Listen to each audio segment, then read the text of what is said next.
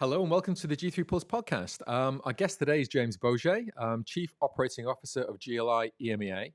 James, welcome to the podcast. Thank you, Lewis, and thank you for having me. It's a pleasure. James, you've had quite the storied gaming background. For those that don't know you, could you update us a little bit about who you are, your career path in gaming? And I am going to stay clear of calling you a veteran. I think that always sounds like a bit of a backhanded compliment. Where have you come from, and what's been your path to this place in time, James? Well, thank you, Lewis. I started my career actually in South Africa as a technician fixing slot machines. In those days was Bally's, Bally Electromechanicals, and Aristocrat MicroStars, Sigma 8-Ways. But yes, I started in the operational side of the industry, worked for Sun International in South Africa for about 10 years. That's where the accent comes from. Into... Yeah, sorry, I was just saying about the accent from the South African side. You kind of picked that up. You never lost that through all the days I've been speaking to you. Yes, yeah, no, it's a strong accent, I believe, and I haven't lost it. But yes, I mean, moving on from Sun International, I went into lotteries actually for about just over 3 years, raising funds for the development of sport. So that was an exciting chapter as well in terms of scratch cards, pull tabs, and VLTs, which were the first lottery VLTs in South Africa as well. I then ventured into the manufacturing side, working for several companies. And obviously the big ones that I started with was IGT in South Africa. Did about 6 years there as managing director, and moved to the Netherlands. They transferred me over to the Netherlands, and I took over as managing director of IGT Europe. Which is the time that that's the time I got to know you, wasn't it? That was the kind of move across and moving across into the EMEA and doing the iShows and G2Es. That's where we kind of came into contact. Correct. Yeah, it was very different from South Africa to Europe for me, of course, culturally wise. But I'd like to think I adapted very well and fitted in very well with our customers, which was the paramount, most important, of course. When I finished with IGT and probably around about 2011, I joined a couple of smaller companies like CPI. From a vendor's point of view, was great experience for me as well. And joined Johnny Ortiz at Zitro for a little while as well, which was another exciting chapter. But I think probably more so when I went back into my roots, which was manufacturing as such, and went in to join Aristocrat. That was really a great time there as well. And I did about 6 years there. And then COVID happened, and the rest is history. Yeah, I mean, there's lots of people out there at the moment. COVID has come and been a very disruptive factor. I just wondered what were aside from that, what were the reasons and factors behind the move, and why was your next role with GLI? I think you joined in March of this year. In April. In April, okay. Yeah, in April. So yeah, I mean, look, I had a very exciting time at Aristocrat. As you all know, it's a very exciting company, very dynamic. Growing rapidly globally. And I think throughout my career, Lewis, I must say I've been very fortunate enough to attract top talent as part of my team and support me. So it's never been me. It's been the team and how I surround myself with great talent as well. So during my time with Aristocrat, we just grew phenomenally in Europe and across Europe into EMEA as a whole. And COVID hit. So of course, for me, it was starting to work from home when, we spent 80% of our time in planes traveling, visiting customers. So for me, it was taking a step back, and I reviewed it, and I agreed with Aristocrat. I would step away. Actually, I wanted to, and actually just spend some quality time with my family. Everybody was reevaluating their lives, COVID, and working from home, and what they want to do with the future. So I took about a 5-minute break, a 5-month. It probably felt like a 5-minute break, a 5-month break. And decided, you know what? I've got a lot of fire in my belly still. I really have a lot to offer still. My experience in the industry. What am I going to do? Do I want to stay at home and be a farmer, to say the least, or do I want to go back into the industry? And I started thinking, where would I fit in best? Where would I like to go? And GLI came to mind. GLI is at the heart of our industry.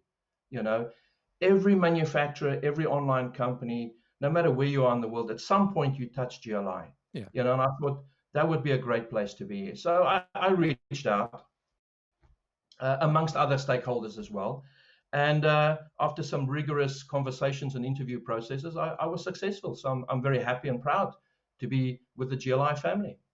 Um, uh, how difficult has it been? I guess again, the same thing about moving within COVID.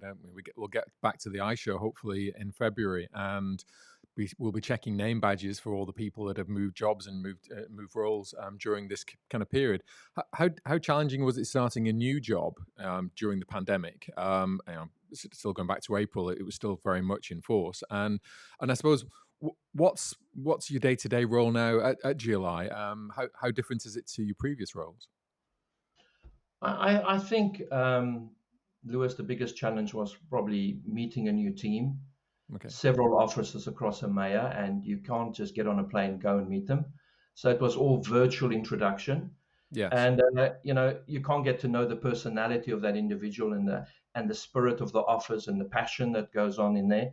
So I think that was probably a challenge for me, being introduced to a new team virtually.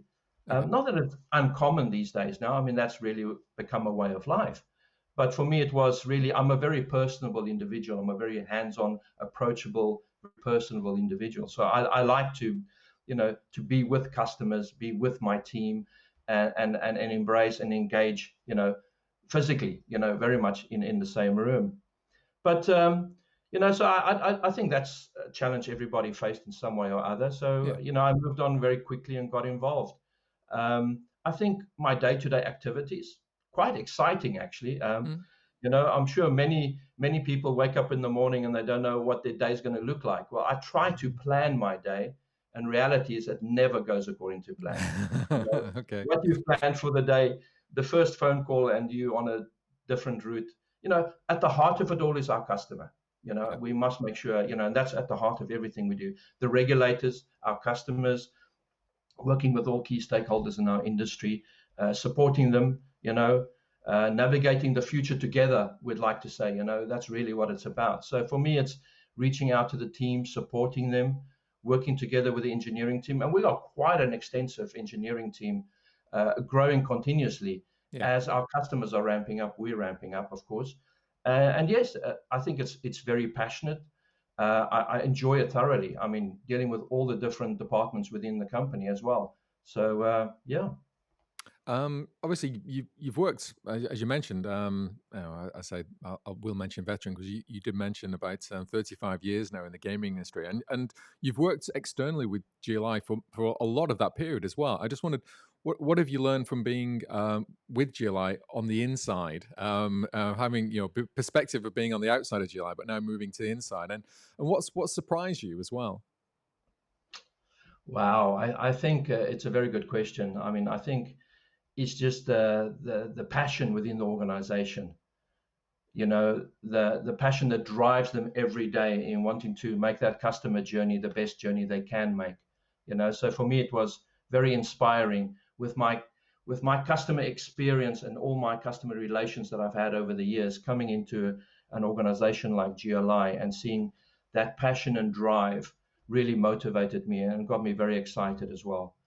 So for me it was very, very exciting. I think also what amazed me is the diversity of what GLI has to offer in the marketplace and all the customers out there. Really, it's quite extensive. Yeah. When we talk about it as well, and there's very, very. I mean, we refer to it as integrated compliance. I mean, we do testing end to end, but it's looking at the regulatory world, looking at the technical compliance world as well, Okay. and then looking at that end-to-end testing. And I mean, we are so diverse. The full life cycle of compliance that we offer is amazing. And a lot of our customers and manufacturers know, we try and help them where we can, guide them, navigate together. But we have a lot of the online gaming is booming at the moment. We're Yeah. providing a lot of service in that space as well. But we do pre-compliance testing, we do forensics, cybersecurity, very much involved in responsible gaming Mm. and inspections as well. So there's really quite an array of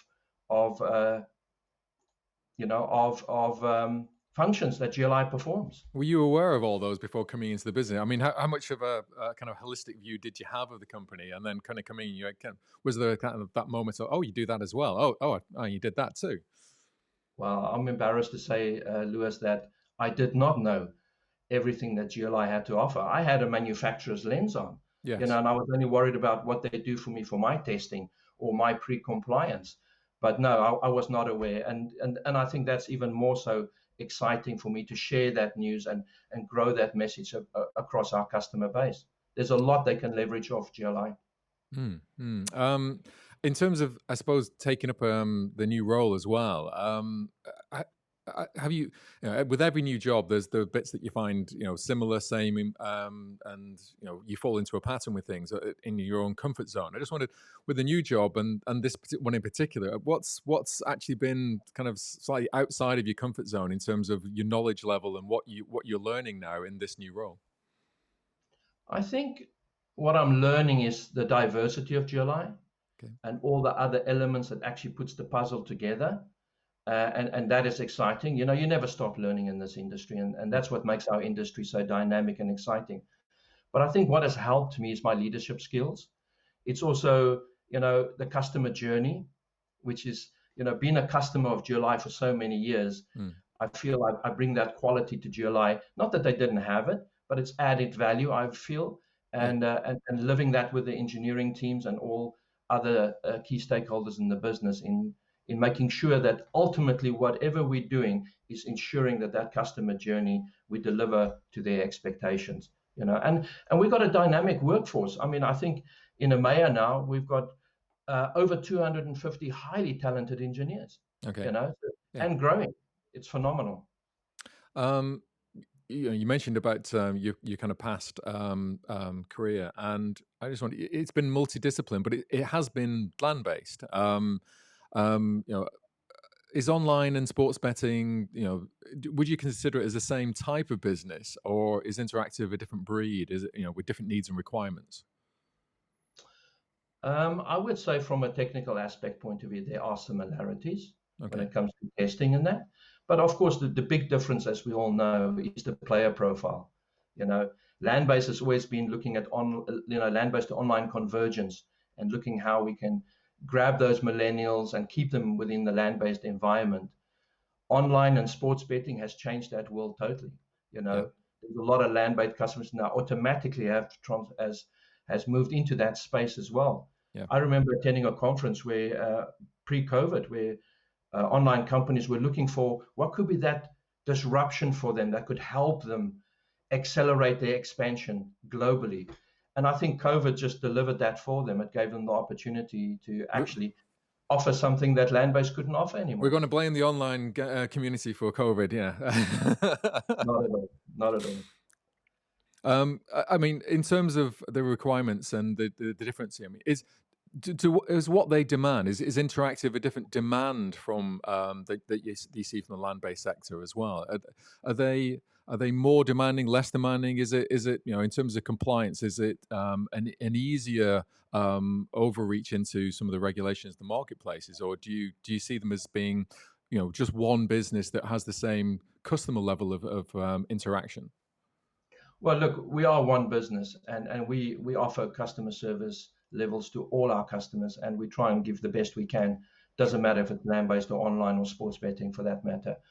But yes, I mean, I think with the ease and dynamic evolution of online gaming taking place in our industry, land-based have some challenges, in terms of, and you have some land-based manufacturers and operators Yeah. that have social gaming, et cetera, offering that experience. So it's about the future, looking to the future. It's insights into the future, as we like to refer to it. Okay. And sharing what we're seeing and behaviors of players, but not so much behaviors, but just that, the millennials want things yesterday, Yeah. not tomorrow, and land-based, we kind of moving land-based historically has moved at a much slower pace. So I think there's definitely an acceleration in our industry, Okay. and we're excited to see land-based come back, because I can't see land-based going away, of course. Will it ever be to pre-COVID is the big question, of course. Yeah. Um, um, I mean, you joined GLI during this kind of period during the pandemic, but I mean, you've also mentioned in kind of other press releases that have come out from GLI that the company has been actively hiring right throughout the period, and you're fulfilling roles. You have a large team. How's GLI managed to continue performing strongly and keep hiring during this period in which, as you mentioned about Landbased, it's been extremely difficult for a lot of companies in gaming? It has been. It really has been. But I would probably attribute it to the passion of James Mader. I mean, he's so passionate, and everybody that engages with him and knows James, of course, which most of you do anyway, Yeah, will know that he's very passionate. He's very passionate about his customer base. He's very passionate about his employees. yeah, So yes, it's very much a customer-centric culture and passion that drives it. And of course, it's looking to what's happened in the world at the moment with COVID and saying to ourselves, looking into the future, navigating with our customers, and saying to ourselves, we need to ramp up. We're seeing with online customers have never stopped. yeah, They've grown considerably. So the demand on us and working with regulators, opening new market opportunities, et cetera, has put a lot of pressure on us and demand on us, which we've embraced wholeheartedly. yeah. And hence that's the passionate drive we have continuously to continue recruiting. And there's great leadership within GLI, and that leadership has helped drive us looking to the future. You mentioned about the hotspots, I suppose, on the kind of compliance map around the world, where business is and has been expanding and has been continuous, and others kind of starting back up again. I just wanted, in terms of industry sectors and geography, where are those? Where's kind of where you increasingly adding your focus at the moment, and how are you meeting those demands as well as GLI? Yeah. There's definitely quite a few hotspots. There's a lot of things happening.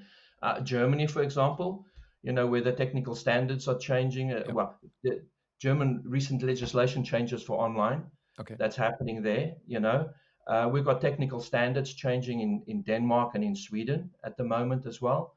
And of course, that's where we play a very important part, working with the regulators and making sure, you know, we can support where we need to. Eastern Europe, the Czech Republic as well, upcoming technical standards. Okay. Africa as well, a lot happening there. We've recently announced our assistance working with the Ugandan gaming authorities, Okay. supporting them. Tanzania, technical standards changing there as well. So we've got several hotspots in Western Europe, a little bit in Eastern Europe and Africa that keeps us quite busy. Um, uh, you mentioned regulators and regulations then. I just wanted, having formerly been on one side complying with regulations and regulators as opposed to now consulting with them and giving advice, poacher to gamekeeper, if you like. How have you found that experience of that moving from one side to the other?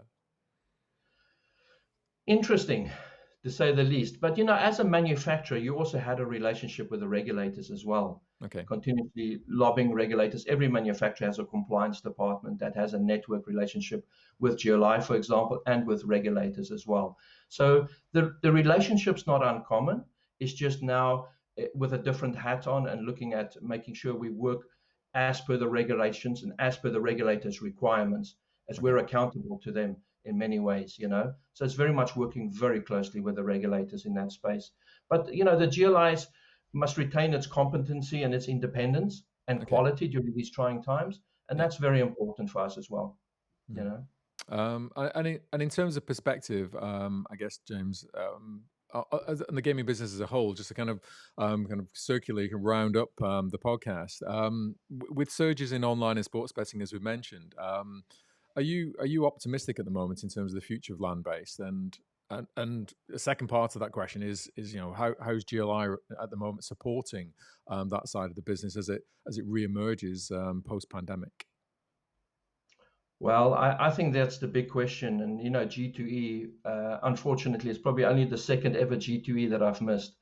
Same here, So, yeah. I've heard good things. Look, I'm hearing numbers might be down a little bit, but that's to be expected. Yeah. Uh, Coming from a land-based background, I'm very passionate and have a lot of customer relationship with a lot of our big operators across the industry as well. And there's a lot of passion and drive to get back to a normality. And I can tell you, looking at Vegas, what's happened there and the boom, and how it's come back so quick and fast. Yeah. The passion in Europe with our operators. Of course, we don't have many integrated resorts. We have more local casinos for Yeah. the local customers in the local market. And there's definitely a drive to get back to some form of normality. So I'm very confident and I'm very passionate and optimistic that land-based will come back. There's too much investment in bricks and mortar for it not to happen. And Mm. the player demographics and the player profiles are very much wanting that, re-engaging in a social environment, going out, meeting customers, whether it be in a casino, no matter where they want to be, in a bingo hall for that matter. Yeah. There's a lot of desire for that as well. And of course, from a GLI point of view, we'll continue to support all sectors of the industry. We're working very closely with a lot of land-based customers as well. So, we support all aspects of the industry as such. Okay, well, it's been great catching up with you, and to find out really what's been happening in the interim. Last saw you at ICE 2020, so I look forward to catching up with you at ICE 2022 in February. It will be different badges and things in a different booth, but it will be great to be able to see after probably another 4 or 5 months to look at. How the industry is actually bouncing back. And I think ICE will be very important as a bellwether for that, for us all to kind of take a look and reflect, but also to actually look to what hopefully is going to be a new normal as we come out of this. So, James, thank you very much for taking the time to talk to us today. It's been great to find out what you've been doing. And for those that don't know, you can obviously get in touch with you directly through GLI EMEA. Thank you very much, Lewis, and it's been a great pleasure joining you today. Thanks a lot. We'll hopefully speak soon. Thanks, James. Bye. Thank you. Bye.